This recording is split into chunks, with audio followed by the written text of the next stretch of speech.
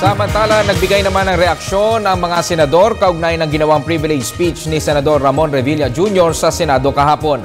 Naniniwala si Senate President Franklin Drilon na hindi ginamit ng Pangulo ang kanyang impluensya upang patalsikin sa pwesto si dating Chief Justice Renato Corona. Ang iba pang reaksyon ng mga senador sa report ni Bianca Piedad.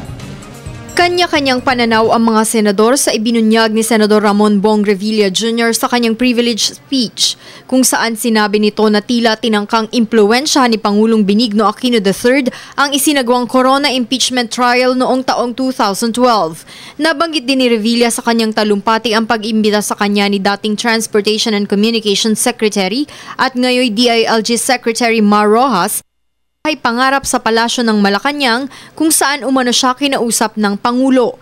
Ayon kay Senate President Franklin Drilon, posibleng iba ang pakay ng Pangulo sa pag-imbita kay Revilla sa palasyo. So what the President did was to make sure that the decision is based on the evidence, and Senator Revilla said that he decided on what he believed was right. So that in itself is a confirmation of what he did, that he only did what was right. Naniniwala naman si Drilon na hindi ginamit ni Pinoy ang kanyang impluensya upang patalsikin si dating Chief Justice Renato Corona. That is not correct.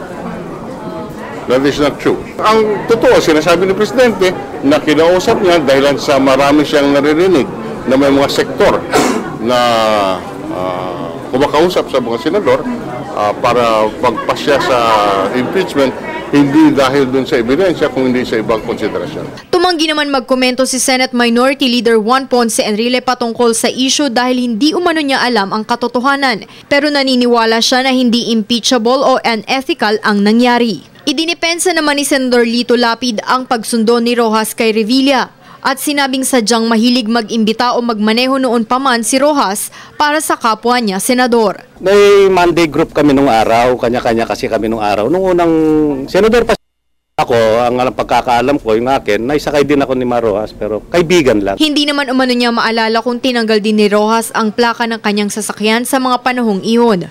Samantala, bukod kay Revilla, lumabas din ang kinausap ng Pangulo sina Senador Jinggoy Estrada, Gringo Honasan at Ralph Recto. Inamin ito ni Recto pero hindi na raw matandaan kung sinundurin ba siya ni Rojas gaya ng ginawa nito kay Revilla.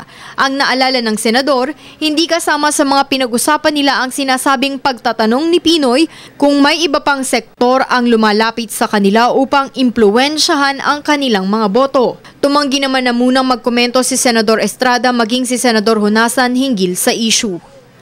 Para sa Telebisyon ng Bayan, Bianca Piedad.